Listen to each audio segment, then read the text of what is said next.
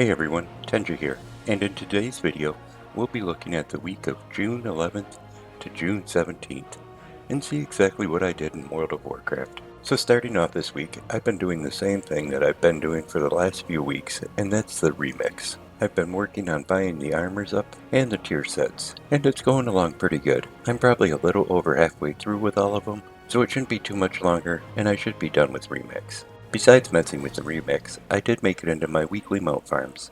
Before we go over my mount farms, the mounts I'm farming are the last older expansion mounts I need. I still need mounts from PvP and from raid achievements, but these are the last few I have that I can actually farm up. So with that said, let's take a look and see how I did.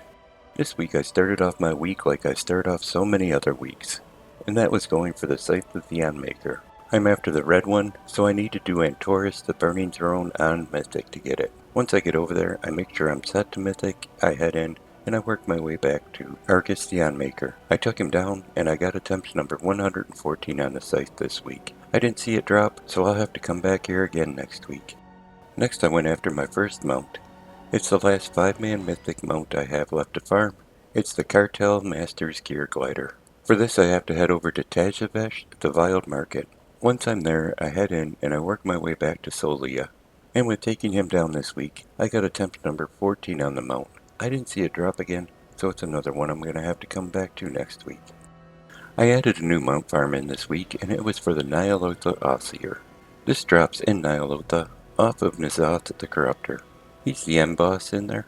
This is my first time in here, and my first time trying this. I don't think the mount is all that exciting, but I did take Ny'alotha down and got my first attempt on the mount. I didn't see it drop, so I'm going to have to come back here next week. Next on my list was the Sanctum Gloomcharger. Someone commented that I could do this on LFR, and since then I have been doing it on LFR. It's pretty easy and doesn't take a lot of effort. You just queue up for the first wing of the Sanctum of Domination. Once you're in there, work your way back to the 9 and take them down. And this week, I got attempt number 26 on this mount. I didn't see it drop, so I'll have to come back here next week also. Next on my list was Vengence. This again drops in the Sanctum of Domination. For this you have to be on Mythic, and you have to take out Sylvanas Windrunner. I'm not able to solo this on Mythic, so I have to find a group in Group Finder. Once I do, we head in and we make pretty quick work of her. And taking her out gave me attempt number 11 this week. I didn't see it drop again, so I'll be back here next week. Next on my list was the Zareth Overseer. This mount drops in the Sepulchre of the first one, and the Mythic version off the Jailer. This is another one I have to find a group for, because I'm not able to solo it yet. Once I have a group, we head in, and work our way back to the Jailer. This week taking him down, I got attempt number 12 on this mount. I didn't see it drop again, so I'll be back here next week. And my last mount farm this week was for G.M.O.D.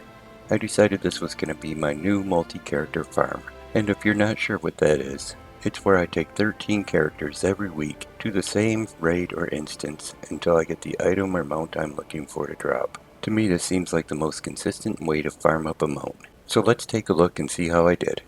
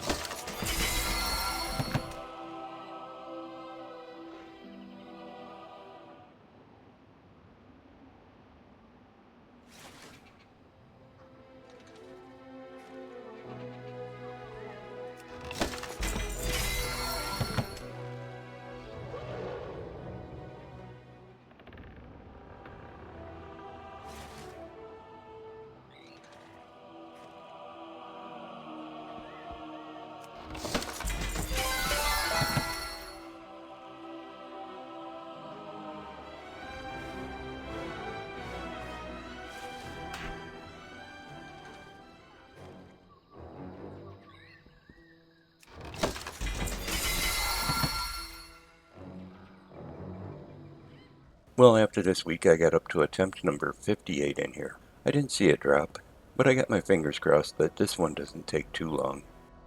And just in case you're wondering, this week's Transmog is the Solemn's Watchman's Garb.